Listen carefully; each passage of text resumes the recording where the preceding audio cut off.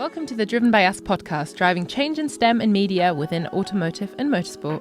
This season, we'll be speaking to key figures and inspiring role models within the industry.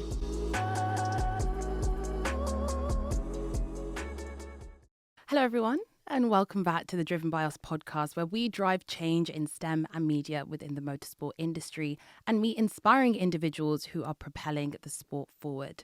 Today's guest is nothing short of inspiring, an individual known for her ability to bring sports partnerships to life with some of the world's biggest brands, particularly within the motorsport industry. So please join me in welcoming Zoe Chilton. Thank you so much for coming in today. How are you? I'm really good and I'm absolutely delighted to be here. Thank you so much for having me. No, we are so happy to have you here today. And to kind of start, I want you to take us back a little bit and tell us about your early years and how you got into motorsport in general. Yeah, it's a funny one. And I think I'm probably quite common in that when I was a young child, I didn't really get motorsport. I didn't get racing. My dad used to watch it on the TV on a Sunday. And I was like, they're just going around in circles. And it's so complicated. I can't follow why this one that's at the front of the pack doesn't actually seem to be in the lead of the race. Like, they still had refueling. They still had all the, different things going on. So it's really difficult as a newcomer to that sport to engage with and look at really understanding what's happening in the race, particularly as a child, right? So I didn't get it. And I think what was interesting, and if you think about that as an analogy for how Formula One was in that era, in like the 90s, it was complicated and it was kind of exclusive, and it was like a club that only if you knew how to play you could come and join in and watch, right? So what's moved on since then, and kind of the point at which I started engaging with it and really enjoying it, was actually when I was kind of in college and towards university, where I really started to understand not only the strategy side of it a bit more, but I was just fascinated by the business side of it. I was like, this looks really expensive. Like, how are they, who's paying for all this? Like, and why is... this must cost millions of pounds. Like, why are all these businesses putting money into this? And I started to get really fascinated by that side of it.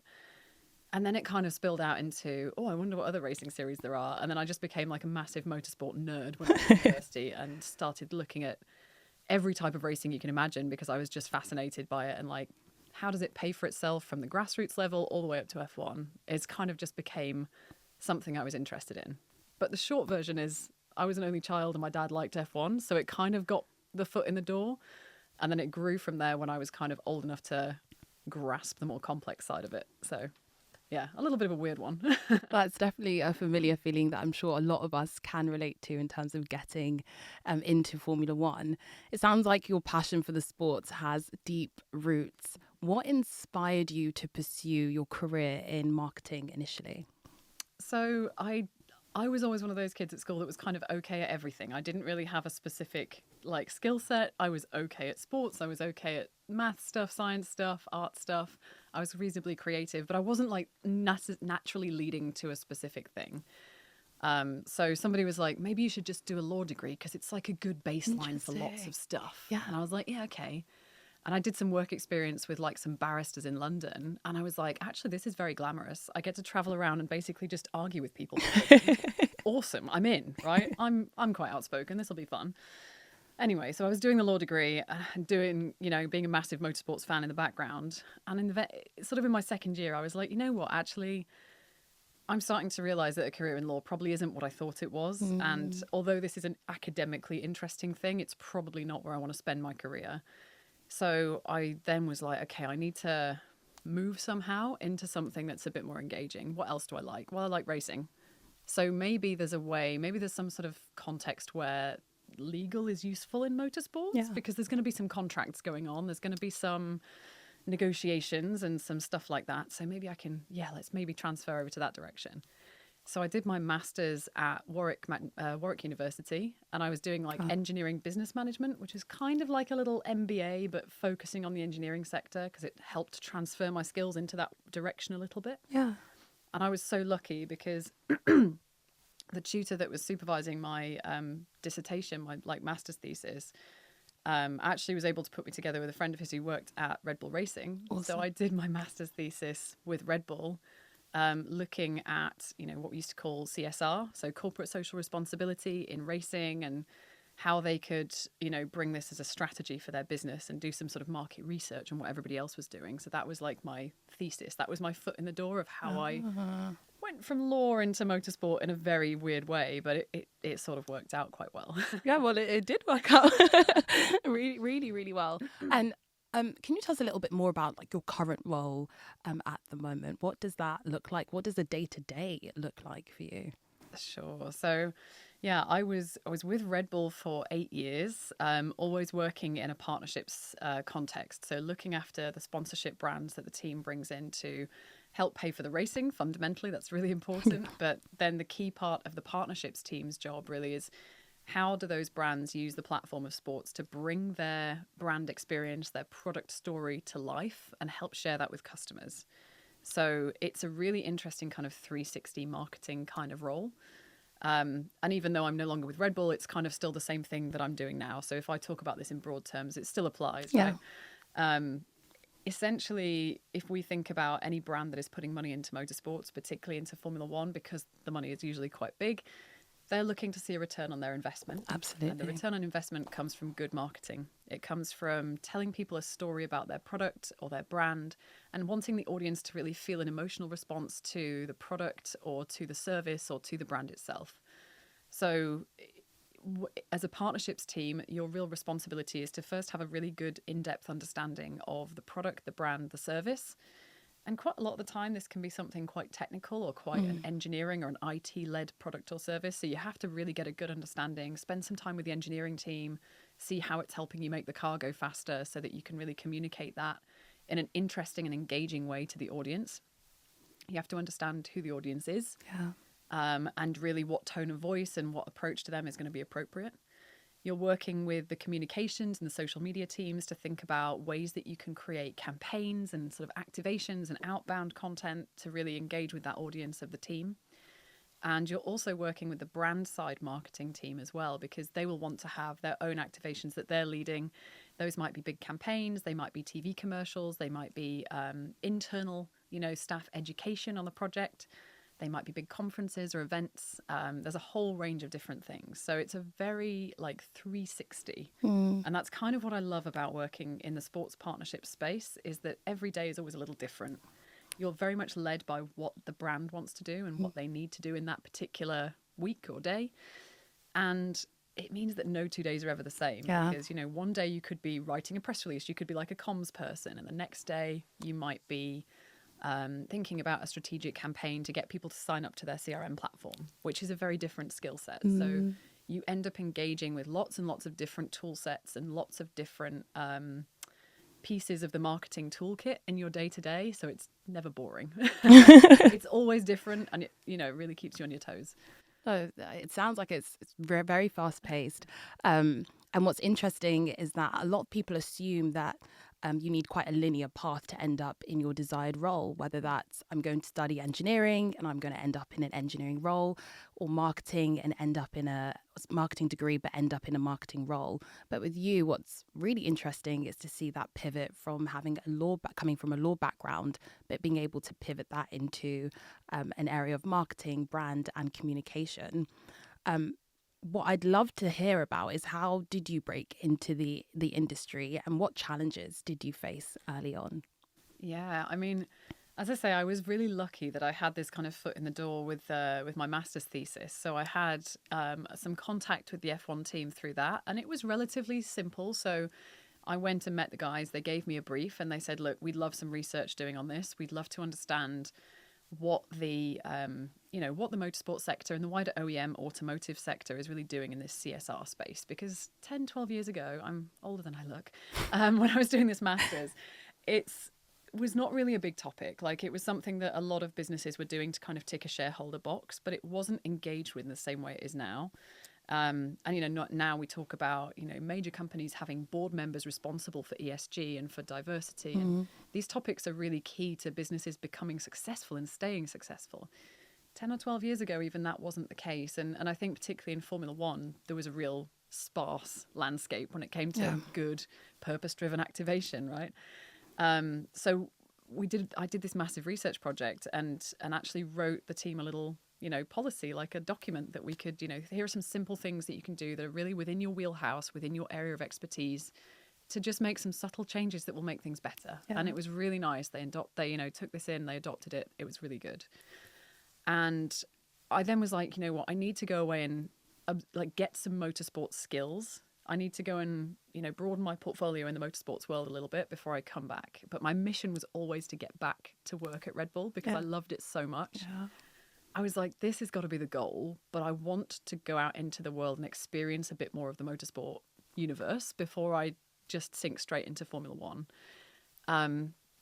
So I worked for a few years for like a trade association. Mm-hmm. And I think the key thing, the piece of advice that I would give over and over again to anyone who wants to get into the motorsport sector in any sort of marketing capacity, and to be honest, in engineering as well, is that the first job you take out of uni or out of college, it doesn't have to be in Formula One. You don't have to go to the top straight away.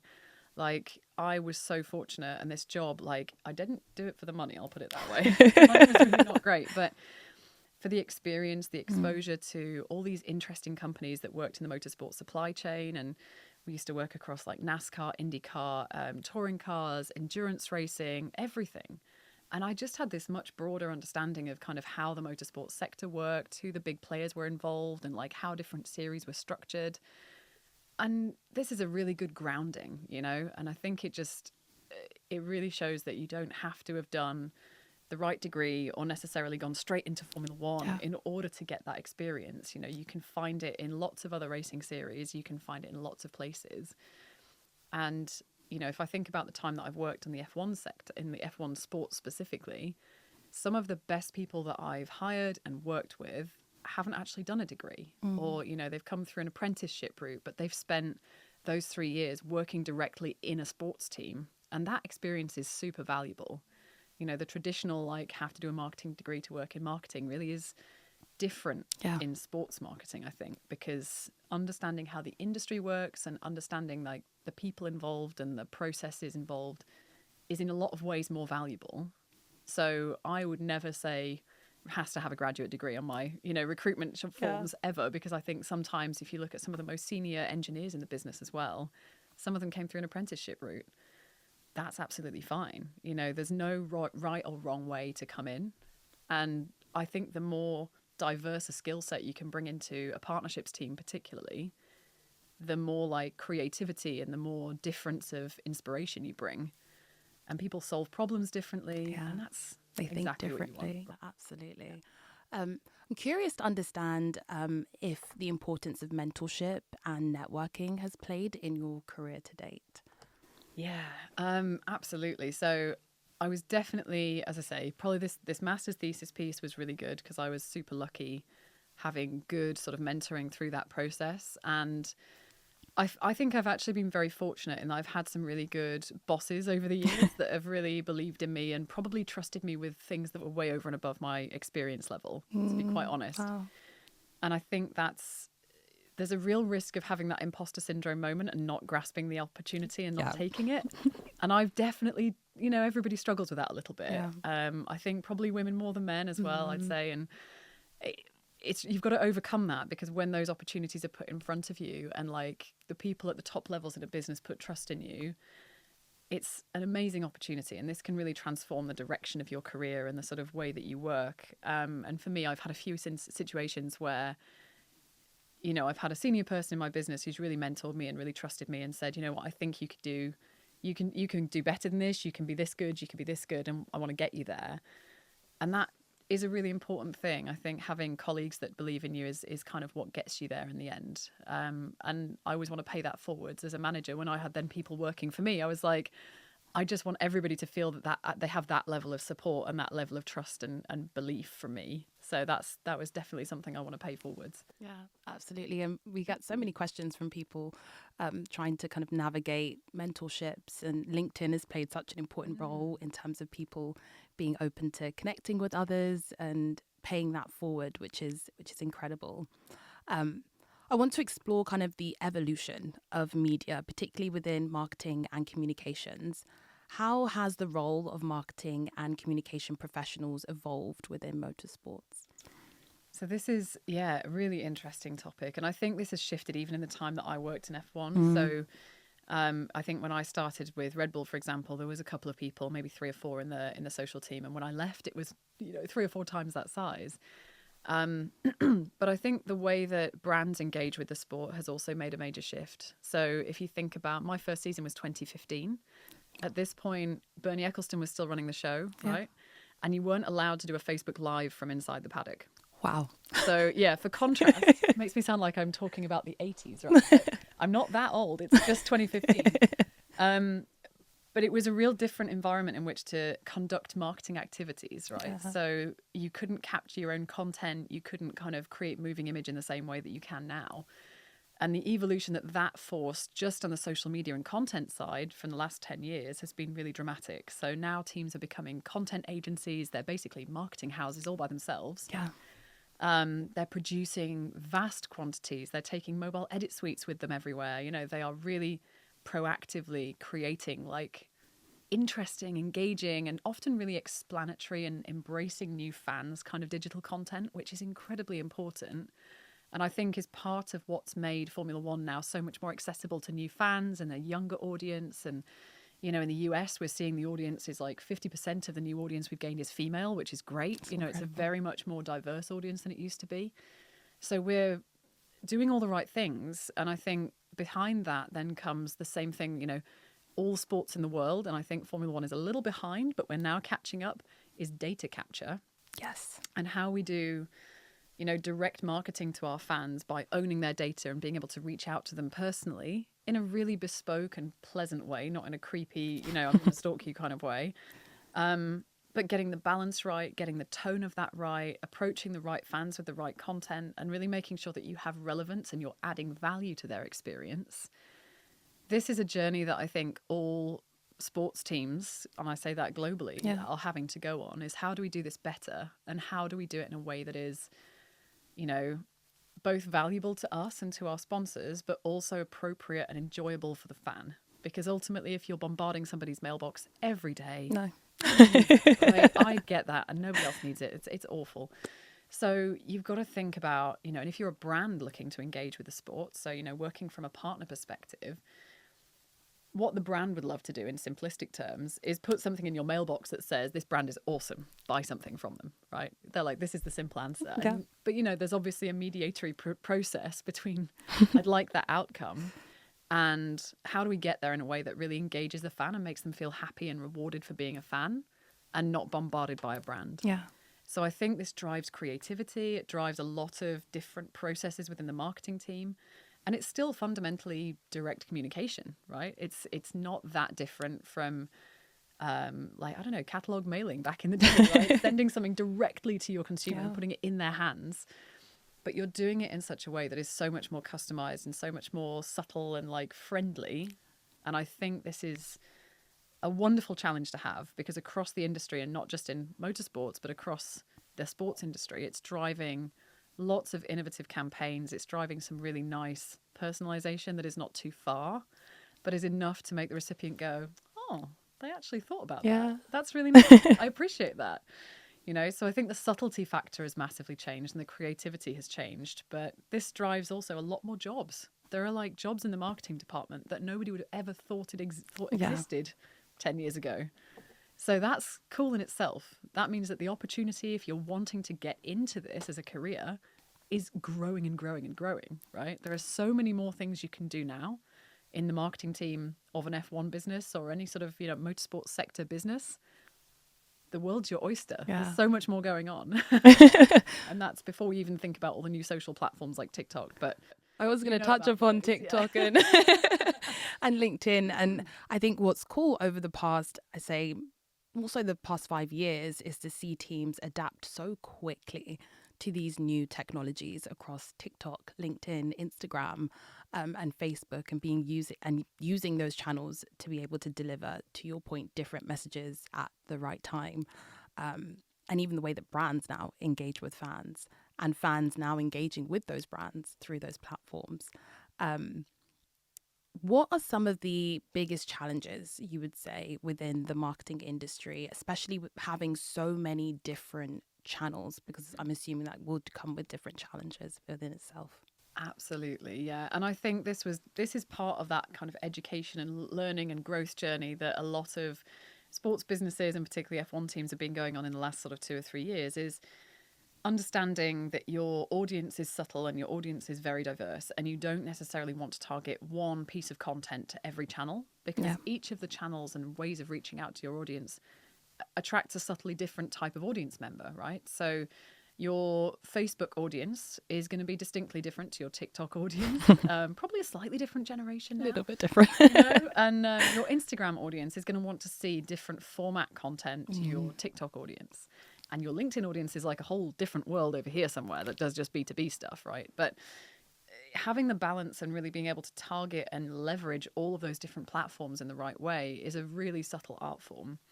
And this is not just a kind of generic thing that you can, you can't just buy this information off the internet and say, well, everybody should be targeting this type of content on TikTok and this type Chat of thing. GPT. Exactly. Like, it's not a generic solution that one size fits all, because each team, each sports team or each sports property has its own identity, and their fans are subtly different across those platforms in different ways, So really reading the fan sentiment across different channels so that you can engage with them in a targeted way and educate the brands that you work with to do the same thing is a really crucial part of success, because people are going to watch longer form content on this platform and have a 60-second attention span on this platform, and you can really help brands to understand what will best land in which places, whereas in the old days, not even 5 or 6 years ago, a brand would make a cool piece of content and just be like, put that on your social, like all of them, just put them on your social things, do the things, right? Which is completely legitimate. At this point, we didn't have the analytics. So we were going, yes, we want to reach as big an audience as possible. But now we've got this subtlety. We have to be a little bit more targeted. And that's complicated. It's actually difficult to do. And everybody's doing, so far, I'm seeing brands do a really good job of this. And I say, I'm not really speaking about specific to Red Bull here. I think this challenge is quite universal across the whole sector. And you see different teams adapting to it in different ways. And now I'm really enjoying kind of watching how the sector and how everybody collectively is moving across these challenges, because they are data-driven, they are complex, and they're also quite human at the same time. And they're variable. They're different challenges for everyone. So it's a really interesting thing to study and kind of watch if you're interested in particularly working in the social space. Marketing. Absolutely. I want to kind of pivot into more of the partnerships standpoint, because you transitioned from marketing into partnerships. How important is the role of partnerships within the current marketing landscape, and what do you see as the key benefits of building strong partnerships within motorsports? So yeah, partnerships is a nice way of saying sponsorship, right? So sponsorship makes the world go round in all sorts of sports, because ultimately we have to be able to pay our athletes, we have to be able to pay our staff to build these wonderful racing machines. We've got to be able to pay for all the infrastructure and the fun stuff. And at some points, it's our job to remind the rest of the business that we are just here to entertain people. Ultimately, the guys and girls sitting out in the stands, they're kind of also responsible for everybody having a salary. Yeah. And I think the partnerships team is a really important link between the businesses on the outside that are helping fund the entire enterprise, and the marketing machine that sits inside the team, and the engineering business that sits behind that.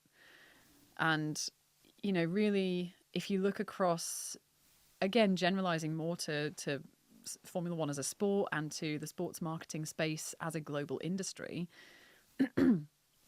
having a really good portfolio of brands that work with your particular team, it's likely to give you access to some really cool technologies and some support that will actually help you perform in your sport, which is like valuable. Very valuable. But it can also help the way that you engage with your fans. Maybe they can maybe they support you with your CRM platform or something like this. So it can actually help in the way that your fans experience the sport as well.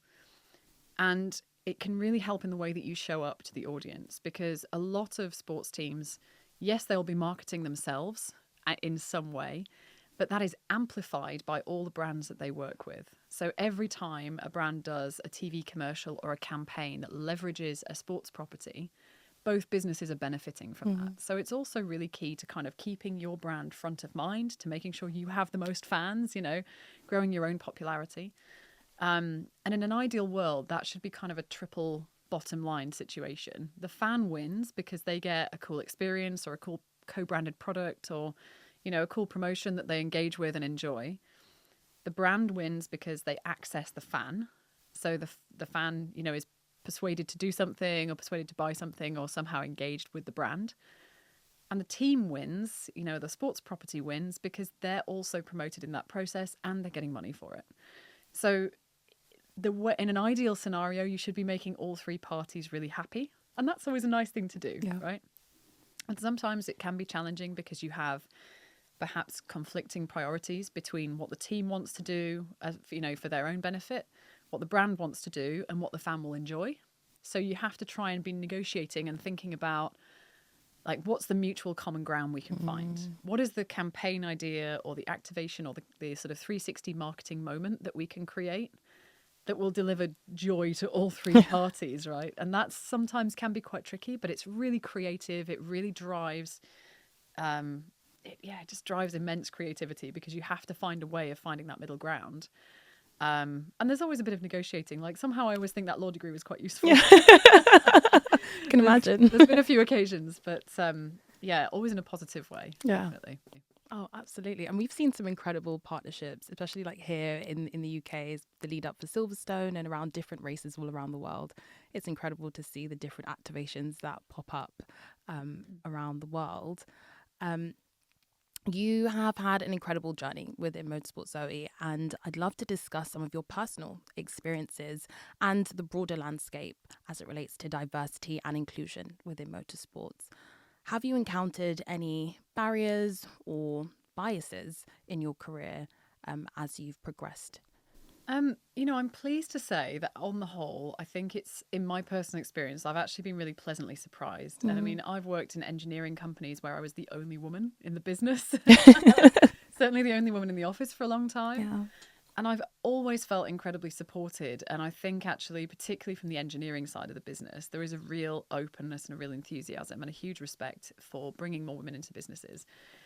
And I think that's comes from a fairly fundamental and simplistic objective to just bring in the person that's best at the job. Yeah. Most motorsport engineering businesses as engineering teams are pretty straightforward about that. And that should be a very encouraging thing. The challenge in that situation is then how do we get those people into the recruitment funnel? Because if they're the best, then they'll be there, right? Yeah. If they're going to be good at the job, then they'll be in the room. How do we get them in the funnel is the challenge in those situations. Which we will talk a little bit more about later, I'm sure, because that's a whole other challenge. And I think the only other thing, and interestingly, I think even when I moved to sort of the bigger business in Red Bull, I had one move that I made, one sort of career progression step where it was quite a big step. And I went from being a senior partnership manager to being head of technical partnerships when I was 28 years old. Wow. And I had, Incredible. as much experience as a 28-year-old can have, but ultimately I was quite young to do that job. And I think there was a healthy amount of skepticism, but it wasn't to do with my gender. It was more to do with my age and my experience. And, in fairness to the business, I was replacing somebody who'd been an engineer for 20 years. Wow. Right? So I was a very different proposition to fill that role. And he was wonderful. He taught me so much. And I thought, you know what, I'm just going to throw my hat in the ring. I had huge imposter syndrome, but I was like, what's the worst that can happen? They might say no, it's fine. And they interviewed me against a bunch of external candidates, which is totally the right thing to do. And it was very, very fair. And in the end, the business, the senior management took a risk on me. They really, it's a very Red Bull thing to put trust in young talent and really take a risk on people. And I was there for another 5 years after that. So I don't think it went badly, but it was really amazing to have that. We were talking about mentorship and kind of trust and, having people build up your confidence. Yeah. That was a really major step for me. It made a big difference. And I worked so hard because I really wanted to live up to that expectation, And even now, I would never forget that. It's such a big deal for me. But I definitely felt like I was I know I'm a little bit out of my depth here, and that's okay. And I think that's the lesson I take away from it. Is sometimes it's really healthy to do things where you feel a little bit out of your depth and you feel a bit uncomfortable. And I think a lot of the challenges that, if anything, I faced, and actually I've felt with some colleagues or friends of mine that I've talked about career choices and progression and sort of, a lot of the pressure and the challenge we face is often coming internally. Absolutely. Because actually I think particularly now, the motorsports and particularly F1 sector, they're trying really hard. They want to give everyone the opportunity they deserve. And they want, there's this collective feeling that we know that more diverse teams with younger and more different experience, they make better decisions. They make more innovative decisions. They are braver. And we have to bring these people in and we have to give them those chances. And you've just got to ride that wave and not be too nervous to do it. You've got to grab it with both hands and be like, okay, let's go. It's scary, but it's important. Yeah. Imposter syndrome is definitely something that I think a lot of us here in the room and listening can relate to. Is there anything that you did or anyone that you spoke to help kind of navigate and overcome those feelings of imposter syndrome when you were in that role? Actually, I think I spent a lot of time with the engineering team, actually, because the role was quite technical. And most of what I'd learned was kind of learned on the job. Like, I'm not an engineer. I have never done any serious sort of engineering qualification. But I was frequently told that people thought I was an engineer. I was a very good pretend-engineer, I think. That was more the case. But I spent, for me, the reassurance comes from you knowing what you're talking about, right? Yeah. So I just worked really hard at really knowing my stuff, at being technically articulate and really having a good appreciation and just never being shy to ask dumb questions, to be honest. Some of the questions I was like, this feels like it's a really obvious question, but I'm just going to ask it anyway. And actually, I think people really respect that. It gained me a lot of trust from, people really senior on the engineering side of the business who actually are really proud of what they do and really happy to take the time to explain it. They just like that you have the humility to ask. Absolutely. And I think, weirdly, the imposter syndrome thing kind of can be productive in that respect, because if you think you don't know something, ask the thing, right? And somebody's usually going to be really happy to explain it. It doesn't matter. You're not showing a weakness. You're not showing a negative thing that you don't understand it. In my experience, most of those people who have all the knowledge would rather that you ask the daft question than just kind of skated through and made it up and hope for the best and then said something stupid, right? So I actually found that a really empowering experience, because people are just willing to take the time and they really want you to succeed. And that's one of the nice things about any team environment like that, is that everybody knows that they're taking that time to explain this thing because it's for the good of this collective organism that is the team, right? You want everybody to be able to do their best job. So, and again, paying that forward is key. You've got to really think about, how do I bring that and pay it forward to the next person? Oh, that's great advice. Thank you. And if we start to kind of take a step back and look at the industry at a large, do you believe that motorsport does enough to represent diverse voices and perspectives? And what changes have you noticed throughout your career? Yeah, so this is, and I think the fact I obviously mentioned this master's thesis, but 10, 12 years ago, whenever it was, at that point, there was really no major initiatives in Formula One, specifically around diversity and inclusion. It really wasn't a topic that the industry had bothered to address yet. It just was alien. And everyone was like, why are you doing a whole thesis on this? Nobody cares. That's Calm so down. interesting. I won't say I was ahead of my time, because it was already happening in other sectors, but I think F1 was just lagging behind a bit. Yeah. And I think on the sustainability side, because I was looking at the whole sort of sustainability spectrum, if you like, whether it's social sustainability, which would be ESG, or if it's environmental sustainability, which is your more traditional stuff. The industry engaged with the environmental sustainability question earlier, I think, because it's a little bit easier. It's a bit more binary and sort of easy to say, well, I'm going to measure my carbon and save some carbon. Great, I can do a thing, right? I think the diversity and inclusion topic is just more difficult. It's a slower change, and it's something that requires real attention and investment over time. So it's not something you can fix overnight. And Absolutely. If you look at the engineering sector as a whole in the UK, it's probably nowhere near as diverse as it could be, right? It's probably only 10% female or less, right? And there's a lot of underrepresented groups in that sector. So Formula One particularly is kind of looking at that and going, oh, this is quite a challenge, because how are we going to bring in, if the sector is short of talent in these categories, how are we going to try and attract them? And the nice thing is, Formula One is this incredible platform. Motorsport is this huge, visible platform. And if you want to make STEM subjects appealing to kids of all backgrounds and you want to keep them in the education system and eventually be able to recruit them, that's where you've got to start. Yeah.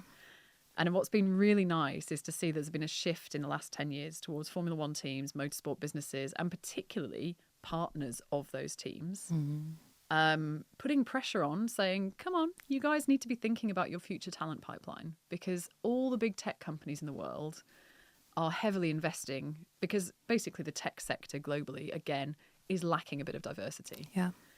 And that's where the investment and the awareness has started to be pushed from, because I think they're starting to say we don't want all the engineers and the technicians and the innovators of the future to be from the same group, right? This is not a diverse and innovative and creative space if everybody looks like each other. Yeah.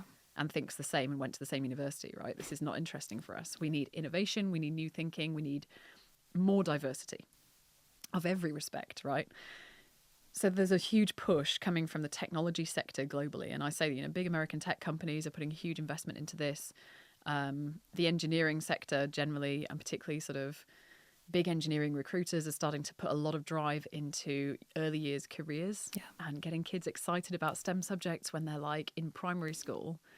The biggest drop-off point in diversity in this process from various bits of research feels like it is in high school, actually. This is the hardest area to kind of get through, because in high school, it's where you have like, oh, science is for nerds, and nobody wants to keep their STEM subjects up because maths is really boring and everything's really hard, And I definitely nearly fell into that trap. I hated maths. Right? Me too. I just kept going because I had to. But it's also the cool factor. And Formula One makes that stuff cool, right? If we leverage it in the right way, we can change how that looks as a future for the sport.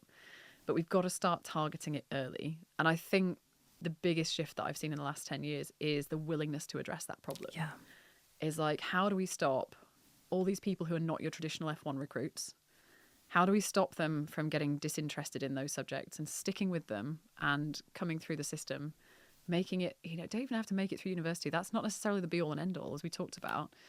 But how do we keep them engaged with science, technology, engineering, maths? How do we keep everybody on that journey with us so that our university degrees and our apprenticeships are also more diverse? Yeah. And every step of that process has a proper representation of our population, not just your traditional, my dad was an engineer, so I'm an engineer kind of vibe. Yeah. That's what I've loved to see shifting, but it's still got a long way to go, and it's a long haul project that we have to stay invested in and keep pushing really hard. No, absolutely. I think the coolest thing for me was seeing the F1 Kids TV. I think that's been a great platform to engage the younger generation and even open their eyes to the world of Formula One. And so, starting to encourage the pipeline at such a young age has been incredible to see. I also love, there's been projects like F1 in schools that has been going on for a really long time, actually. So that was one of the only real projects that was happening when I was looking at this for my master's thesis 10 years ago. And they've still been carrying on. And I was lucky enough to go to their global finals that they had in Singapore last year. And honestly, this room was there was 30 countries represented. There was boys and girls and every ethnicity you can imagine is represented in this room in a really healthy and engaged way. And it was just awesome. The interest is there. It's just keeping them in the system, right? Yeah. And it was so engaging to see that. And you have all the big F1 teams send somebody to come and present an award. Oh, I love that. And you have all these top level engineers walking around looking at these little miniature cars that the kids have built. And there's teenagers just literally beside themselves, oh my God, it's, this guy from, such and such from McLaren or from Red Bull. And I'm showing him a thing that I made, and it's just such a cool platform. And things like this are a really great way to kind of that's exactly the right thing to do. Is leverage the fun side of F1, the exciting side to, but these kids are doing CFD, they're doing machine programming, they're machining the cars, they are researching aerodynamics, they are, full engineering spec, and they have to get sponsorship, and they have to get a marketing platform together, and they have to build a garage, and they have to, they have to do all the marketing stuff as well. I'm like, that's great. And they're 16 at most. That's incredible. And aside, go have a look at it because it's very cool. Well, that's incredible. I kind of want to shift gears a little bit and talk about some of your memorable moments throughout your career and what has been special or significant moment. I mean, I actually think that the process that I went through to become head of technical partnerships at Red Bull was a really significant moment in terms of my career progression. So I talked about it already, but this was like a big moment for me in terms of just going, you know what, I can do this. I didn't know if I could, but I think I'm okay. I think I can do this. But in terms of like team, in terms of all-time career moments, I guess, and this is going to be very controversial, by the way, Abu Dhabi 2021, the infamous race, the most watched sporting event in the world that year, right? I was in the garage watching those last few laps with the team, and whether or, you know, regardless of what your feelings are on the outcome of that race, you know, kind of won't get into that. But I think as a moment of sporting history to just be part of, this was such an incredible experience. And it really speaks to, you know, again, it's not about winning and losing. It's about this feeling of this massive, you know, F1 is the world's biggest team sport. And you have the outcome of like 1,000 people working insanely hard to just put two cars on a track. Absolutely. And when it goes right and it all comes together in this fluky, weird, you know, unique, unpredictable last lap drama, this is what the sport, this is what the entire industry exists for. Yeah. Right. And that is a magical thing. Like, as I say, even if you were sat in the Mercedes garage, to be part of that experience is just a mind-blowing thing. And to feel like you're so invested in it, it's like your life for that moment. That's a really special thing. And it doesn't matter if you're sat in the garage at the track or if you're sat watching it at home, but you built the front wing of the car because you work in the factory, or you serve lunch in the canteen in the factory. It doesn't matter what your job is. You feel like you're part of something incredibly powerful, because sports is a powerful thing, right? It does things to people emotionally, and it does things to, you know, global audiences that feel for that one moment like they're united in a thing, right? And that's cool. I just love it. That's probably for me such a special thing. A history-defining moment, to say the least. Albeit a controversial one. Yes. Looking ahead, I know you've kind of dropped some nuggets of advice throughout our conversation, but if you could sum up, what piece of advice would you give to anyone aspiring to get into the motorsport industry in really whatever role it is, engineering, marketing, maybe a driver? What advice would you give them? I mean, honestly, I think don't think about the most direct route in. And I think we talked about this a lot. Like, it doesn't have to be the marketing degree. I would honestly have rather hired somebody who had a weird and wonderful other degree that gave them some good life experience and then done some internships in some cool places, you know. But I think real on the ground experience is important. Yeah. And there's I think when you graduate from any degree, you kind of come out into the world going, right, I've learned how to do everything now. Give me a wonderful job. Thank you very much, you know. And certainly, and maybe this has changed a little bit because the university fees have gone up, actually, because people now have invested so much in going to uni that you feel that you need that really big job straight away. Yeah. It's another good reason to think about not doing university, like do experience instead. But the value of your first job is not what it pays. It needs to pay enough to live, but it doesn't need to be the big money deal. And like the first couple of years I was out of uni, I had a job that paid not that well at all, but I traveled the world. You know, I got to see the Indy 500. I went to a NASCAR race. I went to Le Mans for the 24-hour race. Wow. Like, I did all these amazing motorsport experiences that even now, like 15 years later, or how many years later it is, a lot of people I know who work in the sector haven't done. And I think that's always the thing, is when you first start your journey, chase the experience and not the money. Money you can make later. It will come. Like, it doesn't have to be your first priority when you first get into work, right? And I know that's easy to say if you come from a place of, like, you know, having not had loads of university debt, because it was cheaper when I went. Yeah. But I just think if you have the opportunity to, you know, live frugally, not have a you know, don't have like a splashy lifestyle just so that you can do the cool job, do the cool job. Because you'll never regret that. And it will give you experience and like great stories and things that you can talk about with, you know, I found myself fairly early on in my career sat at a table full of like C-suite executives hosting a dinner for a client, and I was like, what do I talk to these people about? We have nothing in common. And then it turns out they'd all been to the Indy 500. So we ended up chatting for hours about IndyCar. And thankfully, I had a little bit of experience. But, you never know where those kind of experience moments are going to take you and who you might meet and who you might find a job opportunity with in the journey. Always take the experience. And the other thing I'd say is probably, when you do get through the door and you're in, even whether it's an early, first job in motorsport or, you've been in it a few years, but my universal piece of advice is to think about it as a team endeavor. Yeah. And there will be periods where it is stressful and it's intensive and you're living in each other's pockets, and it's hard to be supportive of each other in a pressurized environment. And this probably applies to lots of other sectors as well. But I think the thing you always have to remember is like, what does the team need? Not what do I need in this particular moment, but like, what does the team need? What does the team need me to do? Can I support somebody better than I am doing right now? And like, what's the best use of my time in this situation?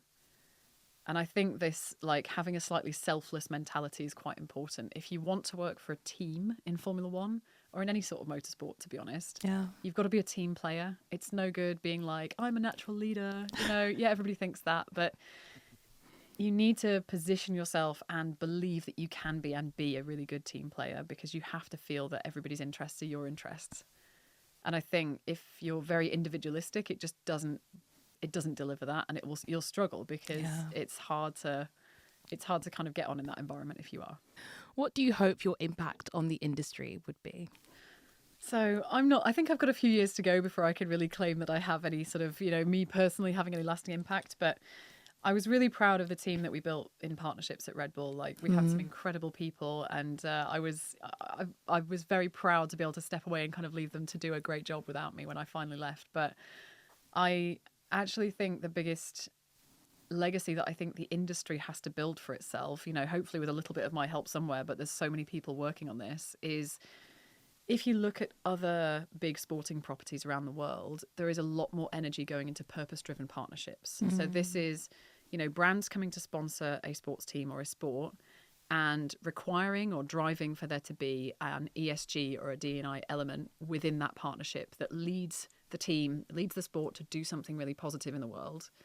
And we're seeing this a lot more in football. We saw a lot of it around the Olympics. We're seeing it in the US in football a lot. There's some really good drivers out there, and I'd like to see that Formula One moves in this direction as well. We've started to see some of it. There's started to be some really nice activations.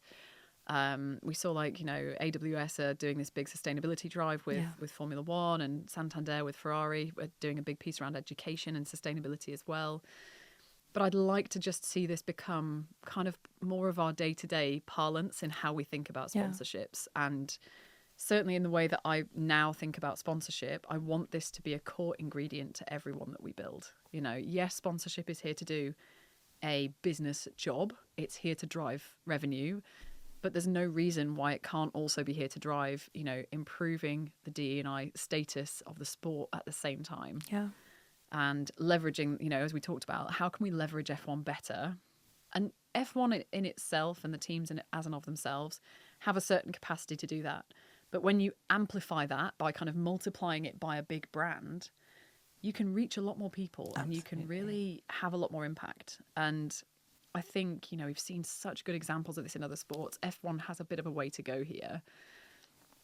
That for me is the goal for the next sort of 5 years or so for the sport really should be, how are we building more of these purpose-led partnerships, and how are we making this more of our, even 10 years ago when I was doing, or how many years ago it was when I was doing my master's thesis, we were thinking about this idea of the triple bottom line, right? And the triple bottom line should be, it's socially sustainable, which means you're focusing on your local community, your diversity, your education for future diversity, and bringing those people into the talent pipeline, your retention of existing staff, all of the good things that make the humans feel good, that are doing the right thing for society. You've got your environmental sustainability, which we know, is also critical, and it's becoming more important to partners coming into the sports industry. And if you get both of these right, you should also have financial sustainability. The financial sustainability piece is really important. And in the sponsorship world, and I think this is what's driven it in other sports, a lot of these big businesses now will not spend sponsorship dollars unless they have an ESG outcome, right? They have to see these two boxes being ticked to get the financial sustainability, chest open, if you like. And that's going to become more of a driver in Formula One as well, I hope. And I think we just collectively should be seeing more of that. And I'd like to be part of building some of those deals. It's my personal mission to kind of contribute to what should be a sport-wide mission, I think. No, that's incredible. Yeah. I'd love to know a little bit more about your current role at the moment. Can you share a little bit about what you're up to? Absolutely. So since I left Red Bull Racing, I've been working freelance, and I've been doing a lot of work with a really wonderful agency based out in Europe called VVP or WWP. These guys are sort of motorsport and winter sports specialists, and they have a very exciting position. We're working actually with Audi F1 and sort of helping them prep to come in 2026, which is super exciting. So I've been doing a lot of time in Europe recently and a lot of time, traveling around to meet these guys and meet some potential partners for our future, which is really cool. No, that's really exciting. And 2026 is only around the corner. It really is. It's going to come upon us as quickly as you can imagine. Yeah. And it's actually going to be really exciting because I think that first race in 26, everybody's bringing something new. Nobody knows what everyone's got up their sleeve, and it's going to be a complete mystery who's going to be on top of the podium. So that's one of those really big moments in sports that everyone looks forward to, and I can't wait. Yeah, absolutely. And can you walk us through what a typical day looks like for you? Sure. So my typical day's probably shifted a little bit since I was working in-house versus being freelance. Now it's a little bit perhaps less predictable and a little bit different each time because I might be with a client, I might be with a potential partner, I could be anywhere in the world. But maybe if we think a little bit more about what a traditional role in partnerships looks like, that might be more useful, I think, because a lot of people listening probably want to know what that looks like or if that's a career choice they'd be interested in.